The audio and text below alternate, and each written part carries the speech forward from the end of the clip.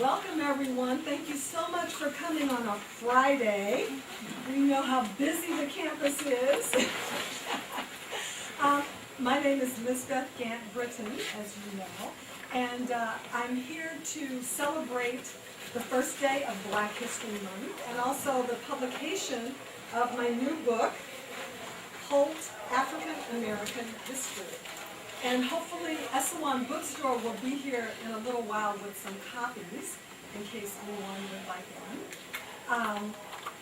As you know, I am, along with our chair, Dr. Brenda Stevenson, one of the people who administers our Afro-American Studies undergraduate and graduate programs here at UCLA. And I'm so happy to be able to do so because we have an amazing group of students and faculty here on campus. I also got my PhD from UCLA, so I know very well what you're going through in this experience. So it really, really is an honor for me that you would take time from your busy schedule to come and hear me say a few words about Black History Month, the situation that African American and other students of color are facing in the United States and Los Angeles today, and why I wrote this book. So, you know, African American history is something that we've been dealing with for quite some time, and certainly mine isn't the only textbook. I'm so happy that Holt Reinhardt Winston asked me to do it. Some years ago, I wrote a version for a smaller company. It's called Heroes in Hardship.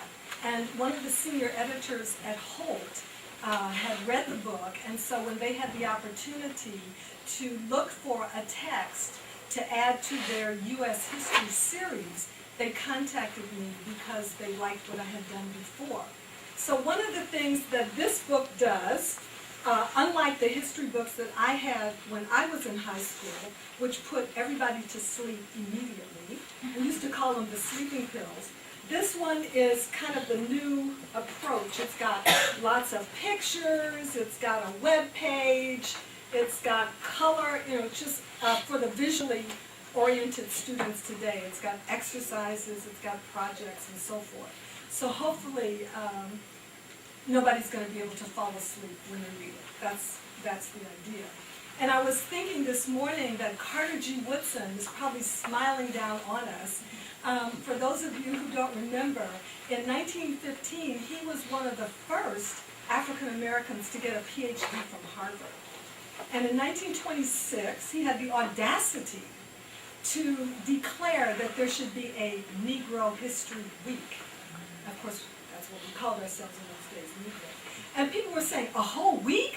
What in the world would you talk about for an entire week? Negroes, what contributions have they made that would take up that much time? Well, of course, since then we have now Black History Month, and we can't even fit in all of the tremendous accomplishments that have been made by African Americans and many people of African descent around the world. And in fact, here at UCLA, high schools, even some elementary schools, there are a lot of courses now in African American history, in standard U.S. history courses, and in some places even standalone African American history courses. And of course, on the college level here at UCLA, we have had one of the oldest programs in the country, and we are hoping to become a department and have a PhD program soon, as do a number of other institutions of higher learning around the country. So it's really showing how the institutionalization of African American studies is providing the kind of a foundation. If we think of a building, right, it needs a solid foundation that really many people around the country need in order to appreciate the total contribution that people of African descent have made to this country since its inception. And in fact, I argue, that one of the reasons that we can have a Barack Obama leading a presidential campaign today is because of all those years of Black History Month. Because for many people, even myself, when we were in high school, we didn't have a chance to have a standalone class in African American studies.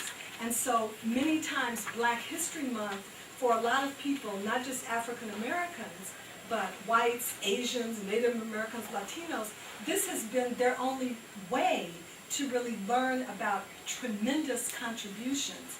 And so to be able then for people to seriously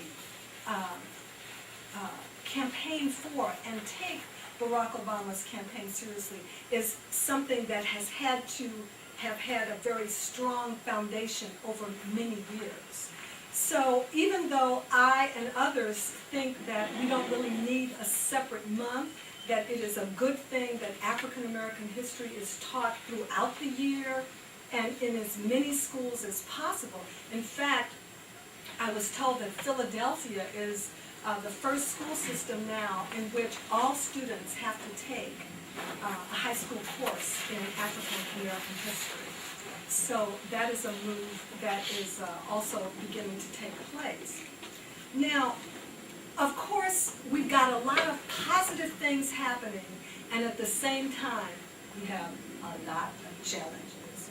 Now, in his 2006 book, Manning Marable, who is a well-known historian at Columbia University, talks about what he calls the, quote, deadly triangle, the new racism of the 21st century, particularly facing young people.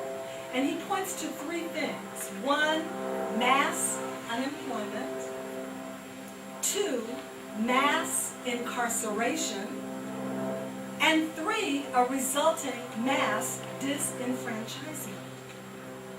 Now, according to Marable, imagine this figure. He's talking about Harlem as an example, which we, of course, having studied the Harlem Renaissance, tend to think of as this mecca for Black people. But he says today, 50%, half of all young African American males are either unemployed or underemployed in Harlem today. Fully 50%. And last year, the Civil Rights Project at Harvard calculated for Los Angeles that approximately 45% of Los Angeles high school students are graduating in 4 years. That is, African Americans and Latinos. The rates for graduation are demonstrably higher for white students and Asian Americans. So we're talking, and even though this figure is disputed by Mayor Villagrosa, he still says, and I'm quoting Villagrosa now, sorry. He declares this the new civil rights issue of our time. This is our mayor in Los Angeles, talking about this enormous dropout rate. The new civil rights issue of our time. And of course here at UCLA, we know well for years we've been battling the low incoming rates for African American freshmen. For example, in September 2006, UCLA admitted the smallest incoming class of African American freshmen since 1973. 2%, rivaling figures for Ole Miss in the South. And of course, students, faculty, Afro-American Studies, the Bunche Center, alumni, and so forth have been gathering together and really making all kinds of moves to help those numbers increase. And so in the last couple of years, we have seen increases in the incoming admits for African American freshmen, specifically to UCLA. But it is still a very, very anemic number compared to the overall admissions for freshmen. Clearly, we have a new triangular trade. And I'm going to look at it from a slightly different way that even Manning Marable proposes it. And you may remember from your African American history texts that the triangular trade during slavery, you had the Europeans who would go to Africa, they would buy or capture captives, and then they would take them to the New World to sell, and then they would go back to Europe with goods. And so there was this circulation of black bodies for consumption, for trade. Now, with these high numbers of black high school dropouts, we could consider this a new version of the triangular trade. One leg could be this huge number of black high school dropouts. The second leg could be this huge number of unemployed and underemployed youth. And bingo, it's no accident then that the third leg ends up being these huge numbers of incarcerated African American youth. Now we're talking about the United States as a whole. One statistic that has been put forth suggests that if we're talking about the numbers of young people of African American in prison, on probation, on parole, or awaiting trial, that number nationally could be as high as 6 million people. Now we know that in some cases, if you are in prison or on parole, you are disenfranchised, meaning you do not have the right to vote in an election. And depending on if it is a felony, you may, even after you get out, not have the right ever to vote again in your entire life. Now, it's very ironic that we're looking at an election potentially with an African American male, a young African American male, possibly running for president, and 6 million young African American males who can't vote for him. That's the population of some small countries. If this isn't a crisis, I don't know what is. If this were the Asian bird flu or something, we'd be running up and down the streets, right? But I think so often we have just been bombarded with so much bad news that in a way we sometimes become immune to it. We just head on back to Costco or Walmart, and we're just kind of like trying to make do. But in terms of the future, in terms of good news, if we look at studying the past, looking at the present, to really analyze it and work together progressively as happened in the civil rights movement for a better future, we do have those tools. First, I'm going to give you a little bit more bad news, is that on an international scale, we have other kinds of new forms of slavery, if we want to use slavery in a very, very large kind of a loose definition, that we also have to take into consideration, because in a growing global economy, we are all part of this larger movement. So one of the aspects is human trafficking. And you may have heard about this in terms of the numbers of people who have been rendered poverty-stricken or homeless because of wars, AIDS, other kinds of devastation of their country through no fault of their own. There are tremendous numbers of orphans in Africa, for example, because literally their families, their parents have died, and so forth.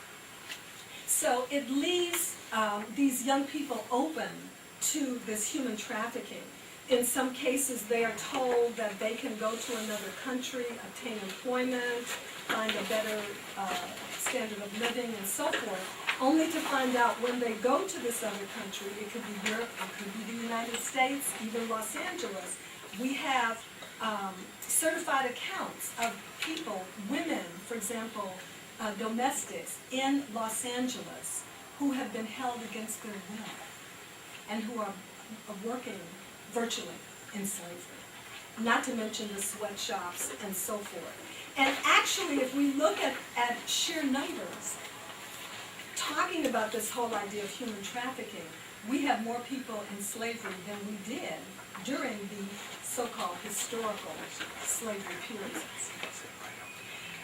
Then, of course, in terms of the takeovers, the increasing takeovers of transnational corporations, and I'm quoting Manning Marable again, he says, quote, of the top 100 economic entities on earth, 51 are now corporations, and only 49 are governments.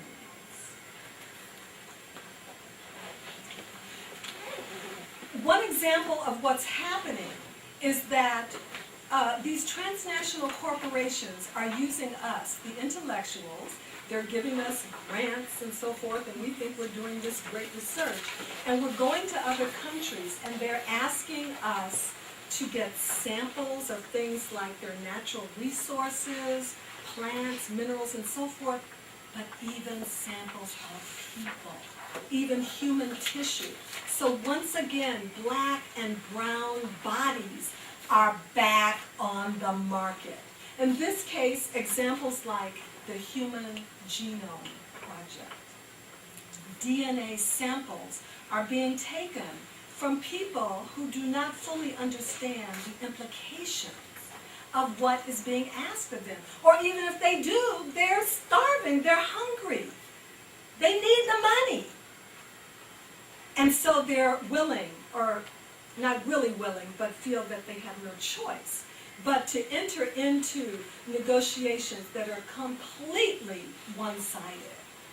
In some cases, and I see one of our representatives from the law school who can tell us more about this, they're asked to sign contracts about the future worth of something that they can't even calculate. Imagine natural resources that other corporations maybe can make all kinds of products from, and then sell them back to the country itself. The country is then buying back its own resource, but at this enormously more expensive rate, because the actual seeds themselves are being patented. Has anybody ever gone to the supermarket and heard of basmati rice, for example? There's a company that has taken out a patent on the word basmati to try to claim ownership.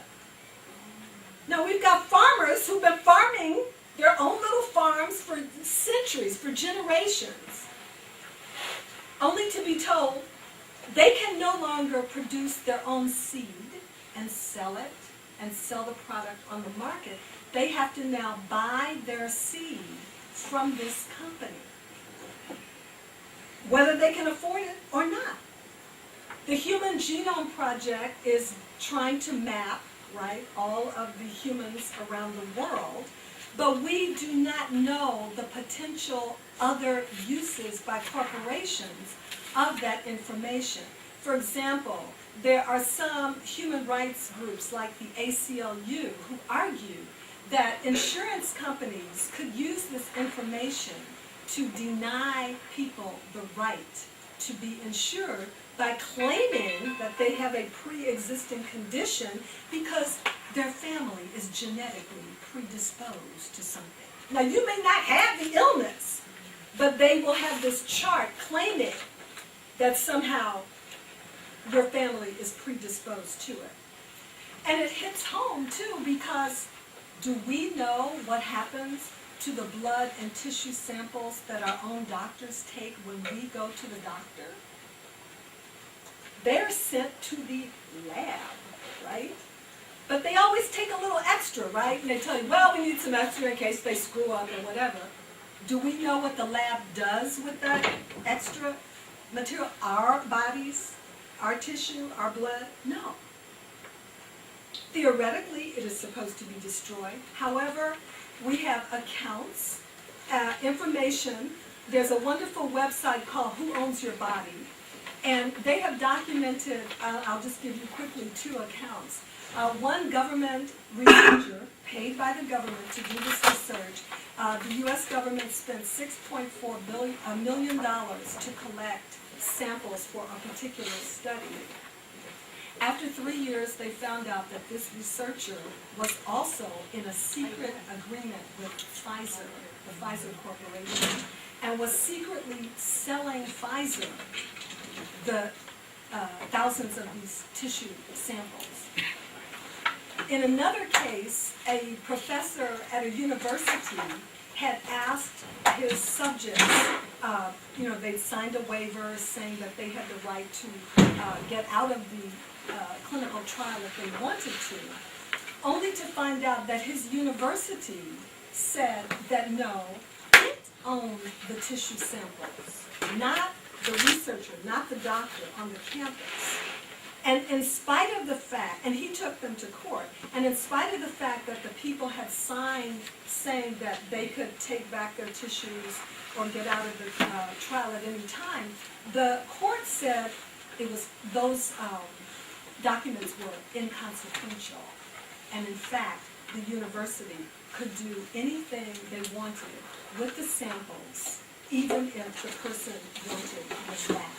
So we are facing some enormous moral issues as well.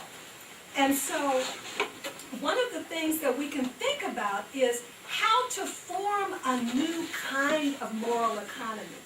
Many generations ago, centuries ago, there were old forms of moral economy that were more based on feudal relationships and noblesse oblige.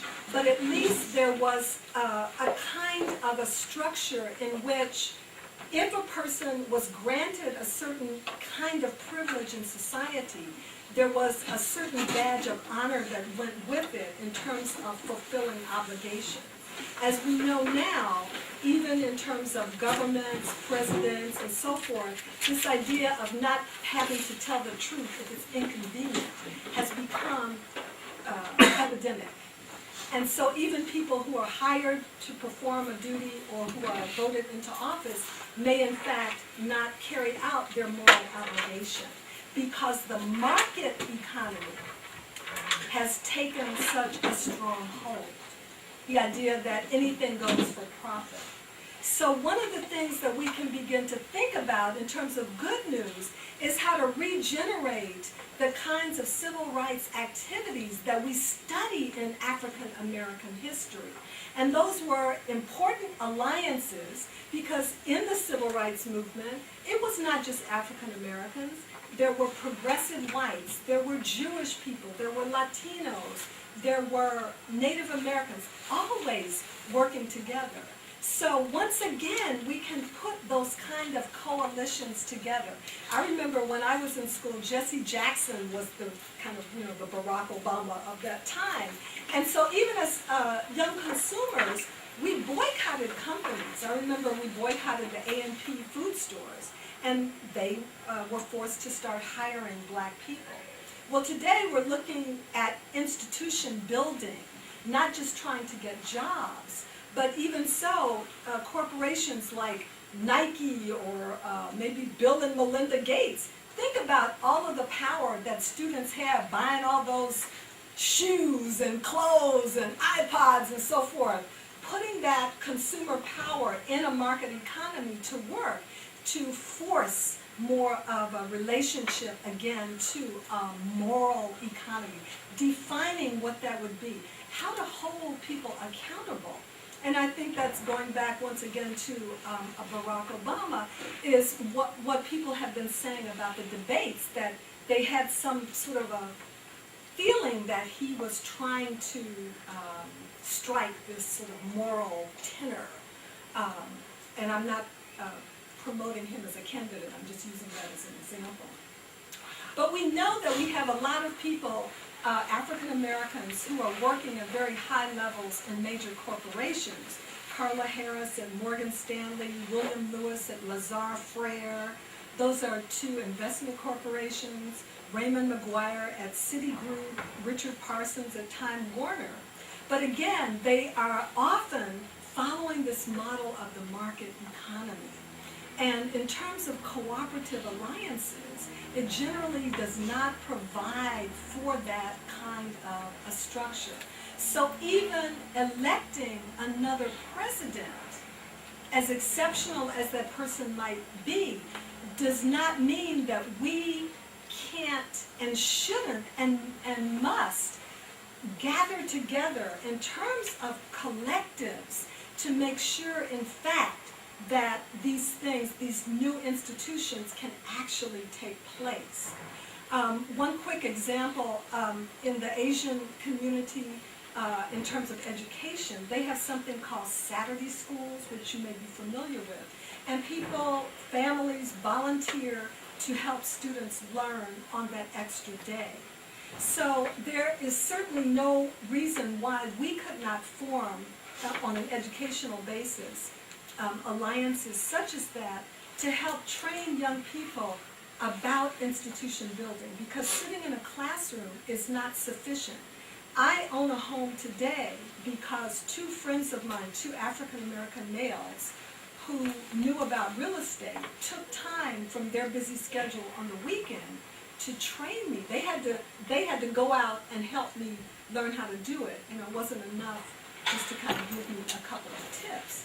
But these are the kinds of things that have to take place in terms of motivation, but also actual institution building to give the next generation an opportunity, not just to learn the theory, but really the practice. So going back, and then I'm going to end, in terms of why I wrote this book, mine, is because when I heard about these enormous dropout rates, I remembered that one of the things, talking to students, that happens frequently is that they don't feel like they see themselves in a positive way in anything that's going on in school. So even if they're physically there, they're tuned out, and then eventually they may drop out. When I was in school, my history book had two pictures of black people, and they were slaves, and they were sitting by this little shack, and they were kind of dirty, and I was definitely not proud of that at all. It was not motivational. I had teachers who went out of their way to bring other material to us and show it to us and explain it to us, and that is what kept me going and kept me motivated. So I'm just going to leave you with this one thought, not to put any pressure on anybody, but one statistic says that the average American spends at least 3 hours a night watching cable. I'm not going to ask anybody where you fall in that spectrum, but I know that imagine if just once a month we were to take that 3 hours and go and volunteer at one of these institutions, one of these collectives. It could be going to Esalen bookstore, taking a young person with us to show them around. Could be going to the California African American Museum. Could be coming here for a talk. Taking them with us to explain why it is important that they learn these things and answer their questions, have a dialogue. Show them that we really care that they understand, I think is going to be the kind of collective responsibility that we have to engineer. And so my book doesn't have to be my book. Esalen has plenty. But even someone who's very busy, who doesn't have time to spend that amount of time right now, could maybe buy a book and give it to a young person, or donate it to a school library. So we have many, many things that we can do and we must do in order to make whatever kind of political departure is going to take place after this election a real reality and seriously address this crisis that we face. Thank you so much.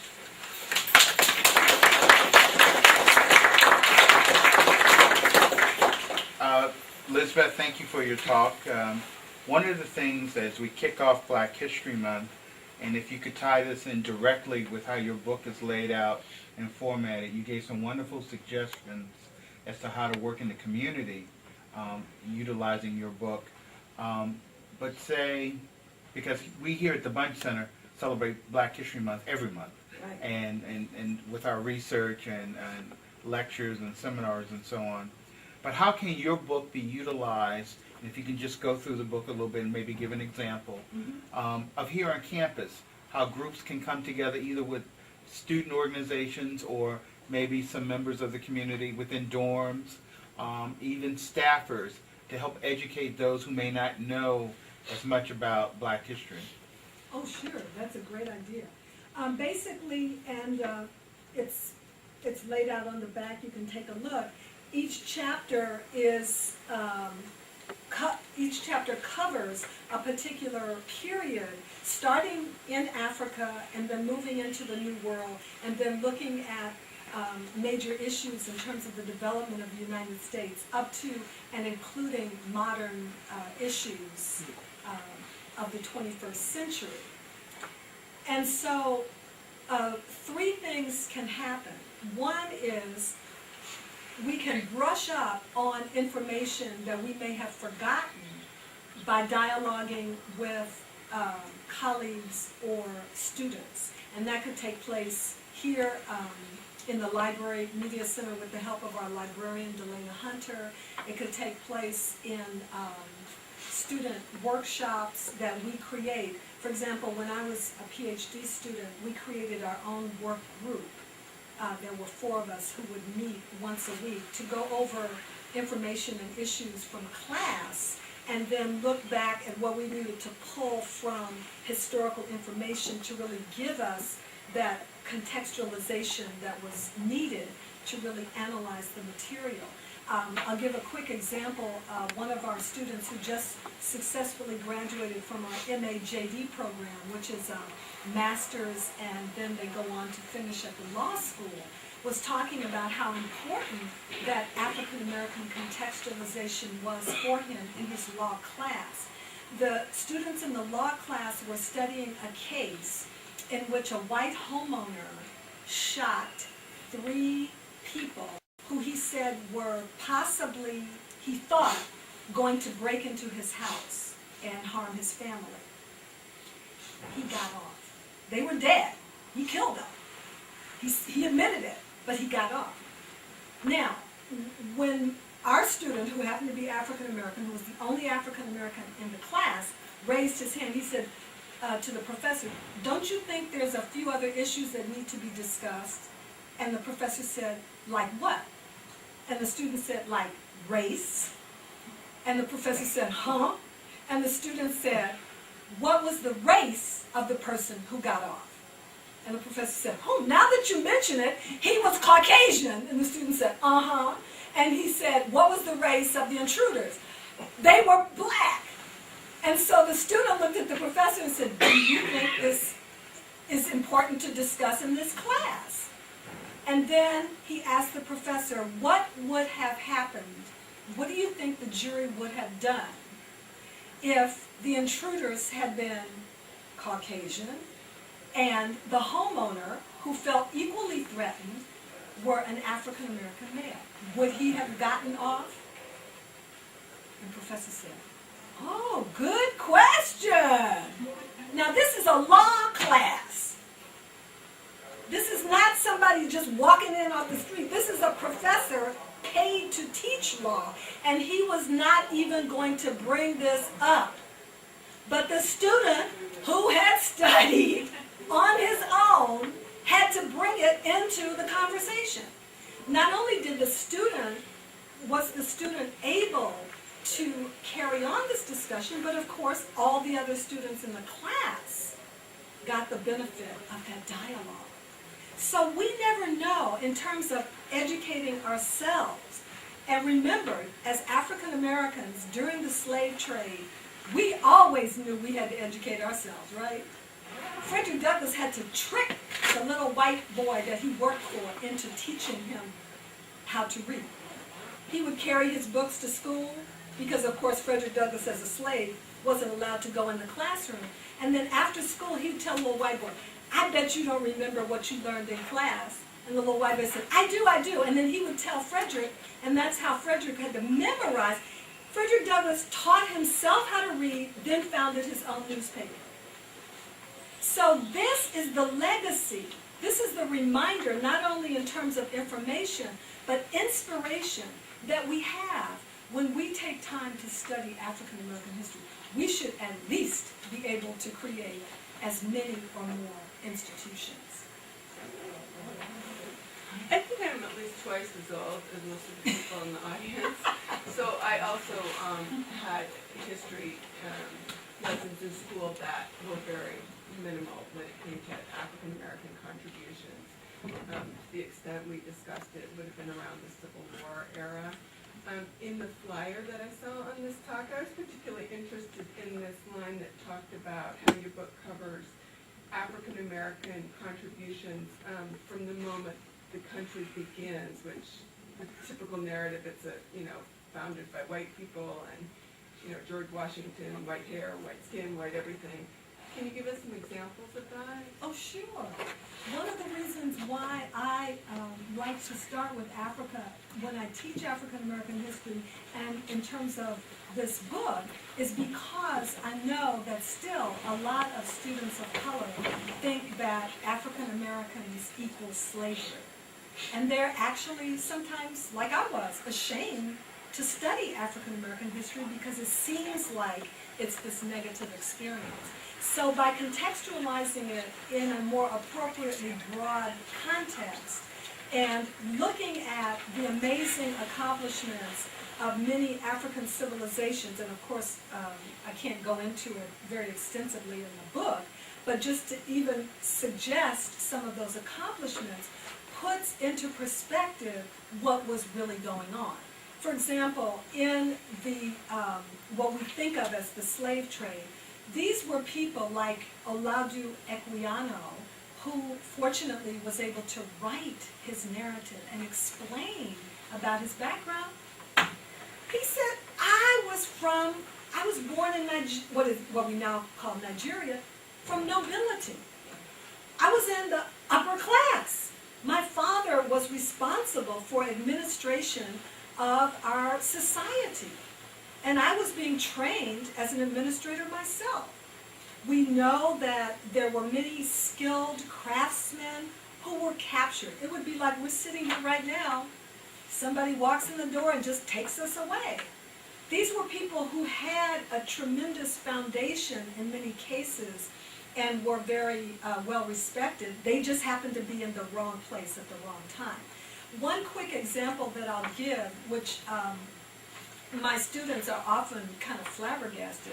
I talk about Timbuktu because it seems like the outpost of the world, right? Mali, Timbuktu, edge of the Sahara Desert, and I actually had a chance to go to Mali.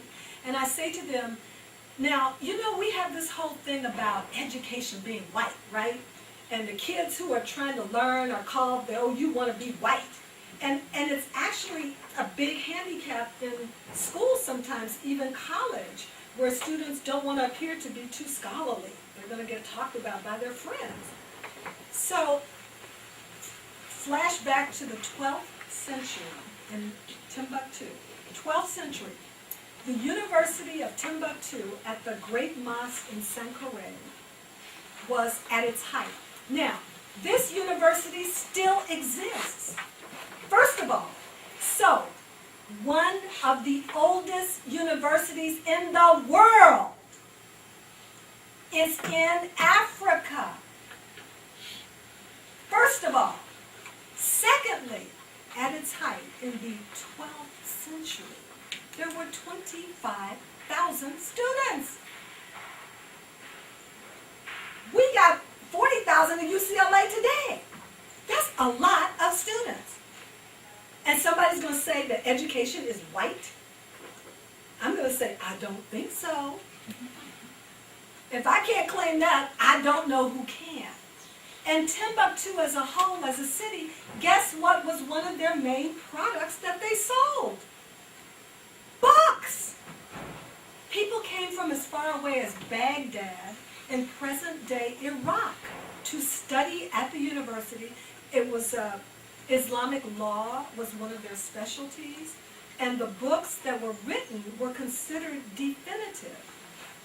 Now, there are still almost 700,000 volumes that were handwritten in Arabic still extant today, And there are teams of international scholars who have been traveling to digitize this important collection. My students say to me, we don't believe it. They don't think I'm telling the truth. Why? It isn't in any history books that they've seen. So they're wondering, why wasn't I told? So I feel that in terms of and of course I'm not the only one, Scott Brown is here and he does so much in his classes. If we are able to help students contextualize, it makes a tremendous difference. That's just one example.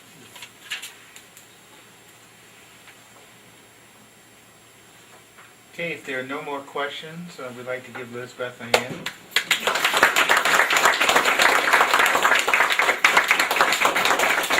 Now, before you go, because I know all of you, before you watch the Super Bowl on Sunday, you are dying to read through this book and think about how can I incorporate what Lisbeth is talking about in expanding the knowledge and information about Black history, not only this month, but in the months throughout the year. We have an icon of the Los Angeles African American community, James Fugate here. He will make his way up front with books, and feel free to look at them, and more importantly, purchase them, because that way you'll be doing a twofold service. One, supporting the Black community business-wise, and two, expanding on the education of others in the Los Angeles area. And Lisbeth will be happy today, and today only, to sign the books free. So, go right ahead and look at the books and support Black History Month. Thank you again for coming out.